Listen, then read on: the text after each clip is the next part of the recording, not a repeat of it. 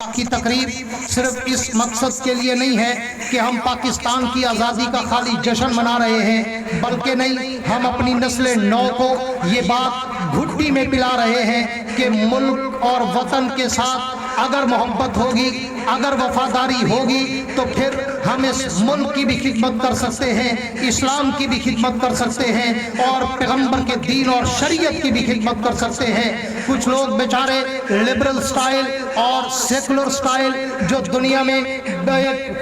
Propaganda, گمراہ کن propaganda کرتے ہیں، کبھی وہ سوشل میڈیا پر، کبھی وہ ٹی وی کے اینکر بن کر کہ جناب علماء نے تو پاکستان بننے کی مخالفت کی تھی۔ میں انہیں دعوت فکر دینا چاہتا ہوں کہ آزادی کا بیج ہی علماء نے ڈالا تھا۔ آپ جائیں، تاریخ کا مطالعہ کریں اور 1701 سے لے کر آپ 1947 تک آپ پوری تاریخ کو دیکھیں کہ اس آزادی کے لیے آزادی کا بیج اس وقت ڈالا گیا تھا جب انگریز کے خلاف ہمارے علماء نے علم جہاد بلند کیا۔ اگر انگریز کو بر صغیر سے نہ نکالا جاتا، اگر فرنگی کو بر صغیر سے نہ نکالا جاتا تو کبھی پاکستان مارد وجود میں آنے کا کوئی سوچ بھی نہیں سکتا تھا۔ میرے اکابر کا لہو، میرے اکابر کا خون، میرے اکابر کے وہ تختہ دار پہ لٹکنے والے لاشیں، میرے اکابر کی وہ مالٹا، کالا پانی اور مختلف جزیروں کی قید و بند کی صحبتیں آج بھی تاریخ میں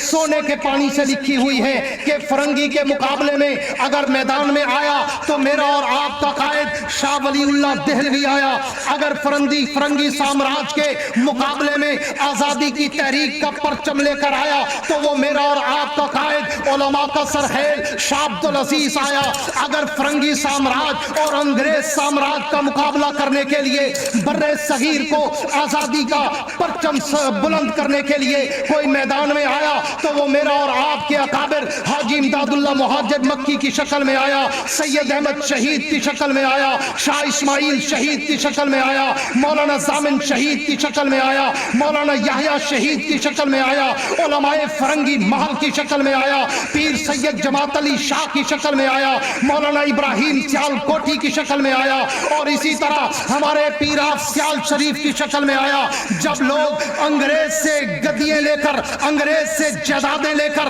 انگریز سے مربے لے کر ان کی وفاداری کی قسمیں اٹھا رہے تھے تو میں فخر سے کہنا چاہوں گا اس وقت میرے اکابر، میرے علماء داڑھی اور پگڑی والے وہ میدان میں کھڑے ہو کر انگریز کے تیر و تلوار، نیزہ و برچھی کے مقابلہ کرنے کے لیے سینہ سپر ہو کر کھڑے تھے۔ آج بھی تاریخ اٹھا کے پڑھو، وہ تختہ دار پہ لٹک گئے، مالٹا کی جیلوں میں گل سڑ گئے، کالا پانی کی جیلوں میں وہ ان کی زندگی کی آخری سانسیں ختم ہوئی۔ اور ایک وقت ایسا بھی آیا کہ جب انگریز نے دیکھا ساری دنیا ہم نے کنٹرول کر لی، بڑے بڑے لوگ، بڑے بڑے لبرل، بڑے بڑے زمیندار، بڑے بڑے جاگیردار، بڑے بڑے سرمایہ دار، بڑے بڑے بیوروکریٹ، بڑے بڑے گدی نشین ہم نے کور کر لیے، لیکن یہ بوریا نشین علماء، یہ بوریا نشین مولوی، یہ کھدڑ پہننے والا، سستی سی ٹوپی پہننے والا مولوی ہمارے قابو نہیں آ رہا، تو اس نے پھر علماء کے لیے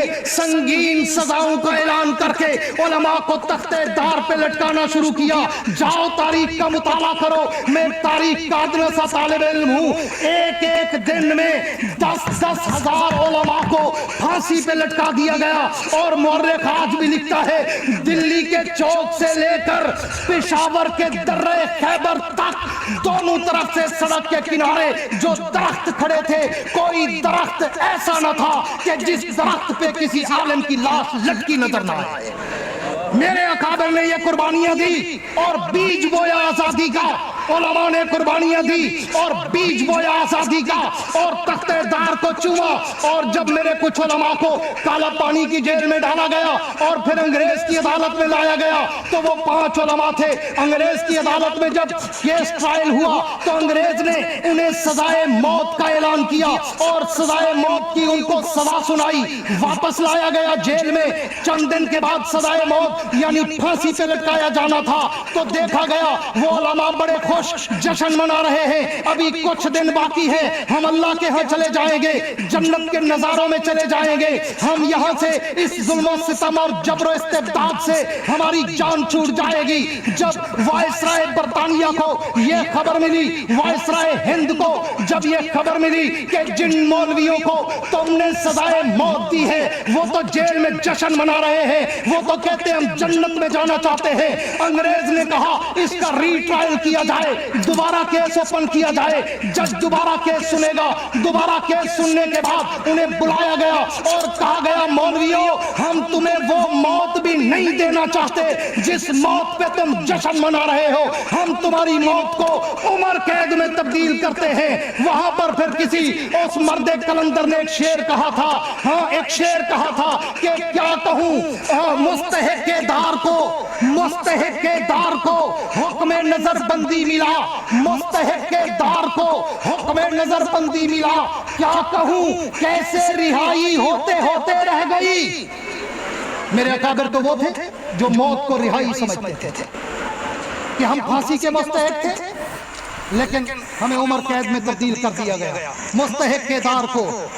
حکم نظر بندی ملا, کیا کہوں کیسے رہائی ہوتے ہوتے رہ گئی. اور یہی وجہ ہے کہ جب پاکستان بننے کی تحریک چلائی گئی, میں اپنے اسٹوڈنٹس, اپنے نوجوانوں, اپنی نسل نو, اپنی نیو جنریشن, اپنے اس ینگ بلڈ کو کہنا چاہتا ہوں, اپنے اکابر کی تاریخ پڑھ کر اسی کے مطابق اپنے ملک سے محبت اور وفاداری کا حلف اٹھاؤ کہ میرے اکابر نے آج کوئی لبرل, کوئی سیکولر, کوئی بے دین اگر یہ پروپیگنڈا کرے کہ علماء نے مخالفت کی تھی,